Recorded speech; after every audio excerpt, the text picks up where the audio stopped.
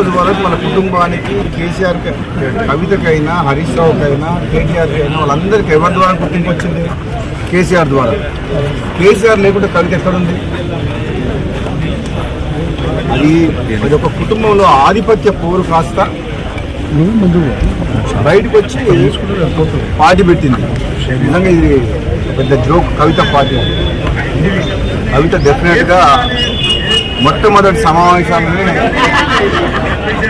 ఒక ఆడకూతురు, ఆడపిల్లకు తండ్రి అంటే ఎంత ప్రేమ ఉండాలి. ముఖ్యంగా తండ్రికి కూతురు అంటే అంతే ప్రేమ ఉంటుంది, కూతుర్లకు కూడా తండ్రి అంటే అంతే ప్రేమ ఉంటుంది. ఆయన ఒక ఉద్యమకారుడు. కేసీఆర్ తెలంగాణ రాష్ట్ర ఏర్పాటులో కృషి చేసిన వ్యక్తి. అటువంటి వ్యక్తిని స్వయాన కూతురే ఆ విధంగా మాట్లాడడం అనేది డెఫినెట్గా ఆమె మొట్టమొదటి సమాజంలో తప్పు చేసింది. దాంతోనే తెలంగాణ ప్రజలందరూ కూడా ఆలోచించుకుంటారు ఏమని.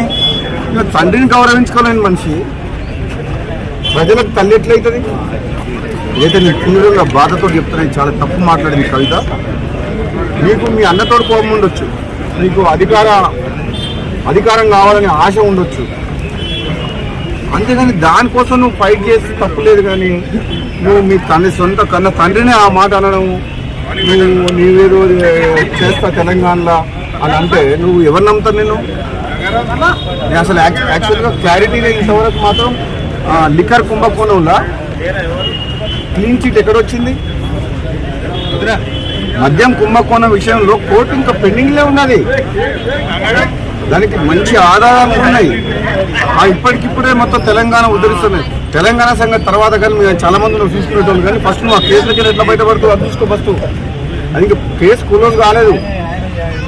నిజంగా ఈ రాజకీయ పార్టీ పెట్టడం అంటే అంతకుముందు గతంలో ఒకసారి కేసీఆర్ అన్నట్టు పార్టీ పెట్టడం అంటే పాండవ పెట్టినట్టు అయిపోయింది.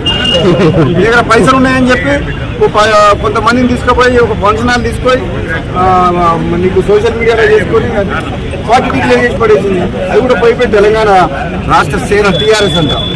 ఎంత తెలివిగా ఆ పేరును వాడుకొని ఏదో కొన్ని సీట్లు మాట్లాడుకొని మళ్ళీ రేపొద్దున ఏదైనా గెలిచి రాజకీయ లబ్ధి కోసం ప్రయత్నం చేసింది తప్పితే కవిత వల్ల ఏమి ఊరు లేవదు,